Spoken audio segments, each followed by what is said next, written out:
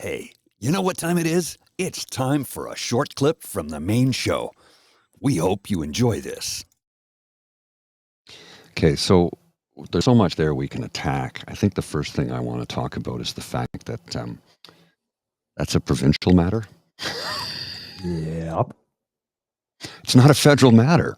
Nope. Let's put it this way here. First of all, look how happy he is when he's talking about throwing people away and discarding them. Oh, yeah. Look how he talks about these people, right?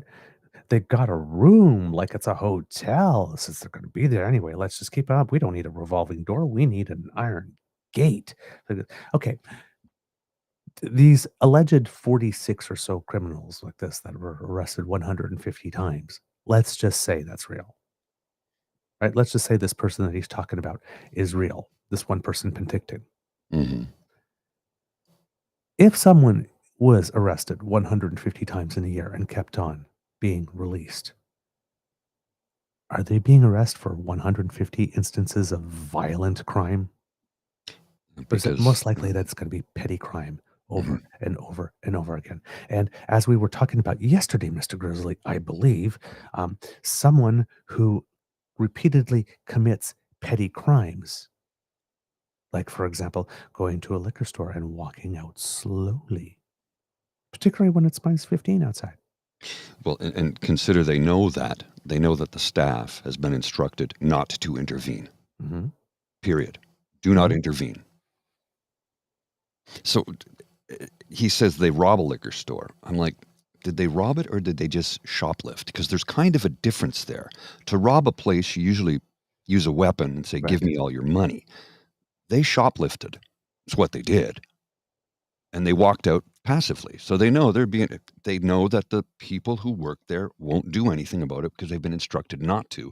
Because a number of years ago, somebody on staff chased somebody outside who had just stole, shoplifted. And that person, I believe they tackled the person or something to that effect, and that person was severely injured outside of the store. And they sued the LCBO, and they sued that individual, and they won, which is why they have been told, do not intervene. And the other thing to consider is, so they stole a couple $100 worth of alcohol. We're a multi-billion-dollar corporation. I think we're going to be okay. Number one. Number two, your life is not worth a bottle of whiskey. Yeah. Because you don't know if that person has a weapon. Exactly. And should that person have a weapon and then kill the store clerk, because there's going to be another lawsuit with, right? You're not saving money. No. So they're like, just let it go. It's not a big deal. And I understand that. And I understand why people get bent out of shape. And I've seen people literally walk in, grab a bottle and walk. I've seen it happen over here in King Edward, the main store, the biggest store in the city. I've seen it happen. And I said to the clerk, I said, aren't you? They go, no, we're instructed not to do anything. And she explained to me and I went, that's reasonable. That makes actual perfect sense. It does, because you don't know if that person has a weapon. You don't know if that person is going to turn and smash you over the head with that bottle. And nothing stops you from picking up a phone and saying somebody just like this. And, when you're doing your rounds. And now they have security at the front door to just stop people. Yeah, like this. But nothing stops you from calling it like this. And then, police officer comes by and 3 blocks away sees them, whatever they are doing with their drink, enjoying it or whatever, and has a conversation and it's dealt with in a non-confrontational, non-violent manner. So it does, it's just like when they say they're letting the guy get away. Yeah, but they got his license number. Yeah. So don't worry about it. They know where he lives now. We'll get him. Right? So, not everything has to be the big dramatic Hollywood movie takedown. Right? There are other ways to dealing with the problem that create a situation that is way less dangerous and way less confrontational for everyone involved. So, but he's really, really happy.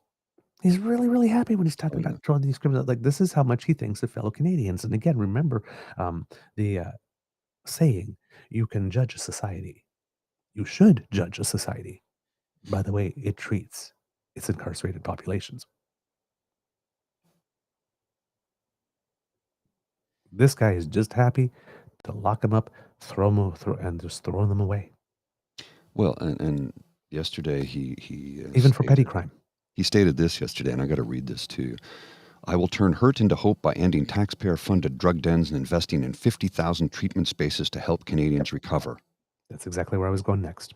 Well, I figured as much. While expanding drug recovery, I'll stop federal funding for opioids, defund drug sites, and keep any remaining ones 500 meters from schools, parks, and seniors' homes under strict new oversight. The experts agree treatment works. Treatment does work. However, closing safe consumption sites, all he's doing is sending people to die in a back alley somewhere. Mm-hmm. And treatment works. Usually not the first time. And it's voluntary. Voluntary, and works once you have a place for people to go to and the wraparound services that are required after they finish treatment. But those are costly, bloated government social programs, and you don't believe in that. Believe in them. Well, and you go to treatment, you're houseless, you go to treatment, and you still don't have a home when you get out. What do you think happens next? Well, he says he wants to build 50,000 treatment spaces. Okay. There's 81,000 homeless people in Ontario alone. How many of them, because addiction is overrepresented in this population? 50,000. Wow, you're really going to solve the national issue. Well, apparently, from what I understood yesterday, there are approximately 670,000 Canadians with addiction issues. So he's going to help 50,000, the other 620,000, just let them die in a back alley because he doesn't give a shit about them. He doesn't care. He's going to force them into treatment, which I will tell you right now has not ever worked for anyone. Forced treatment does not work. Yeah, they'll be clean and sober for 42 or 50 days or 90 days, however long they incarcerate them for, because they can't get access to the medication or drug or alcohol or whatever it is. Yeah.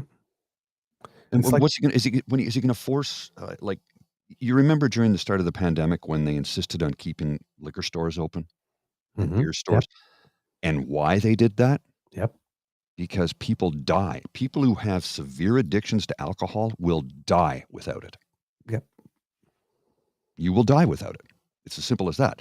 And they didn't want to create another medical crisis when there's, as we know of, 670,000. That number could be higher, could be lower. I don't know. It's approximately 670,000 Canadians that have addiction issues.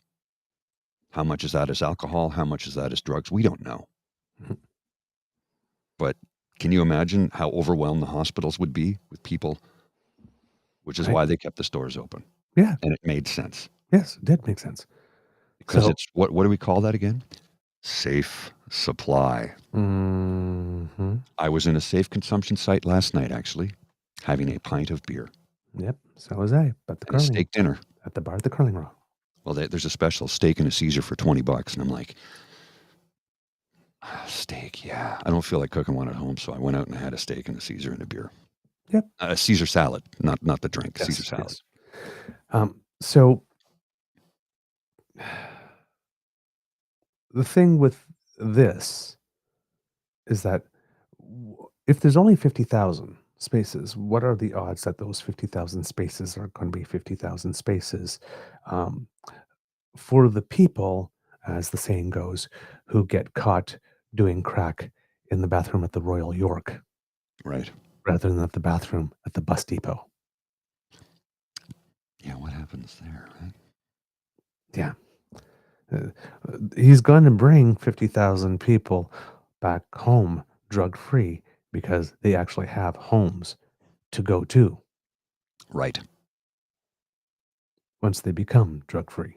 Let's not do anything about putting people into homes. Yeah, right.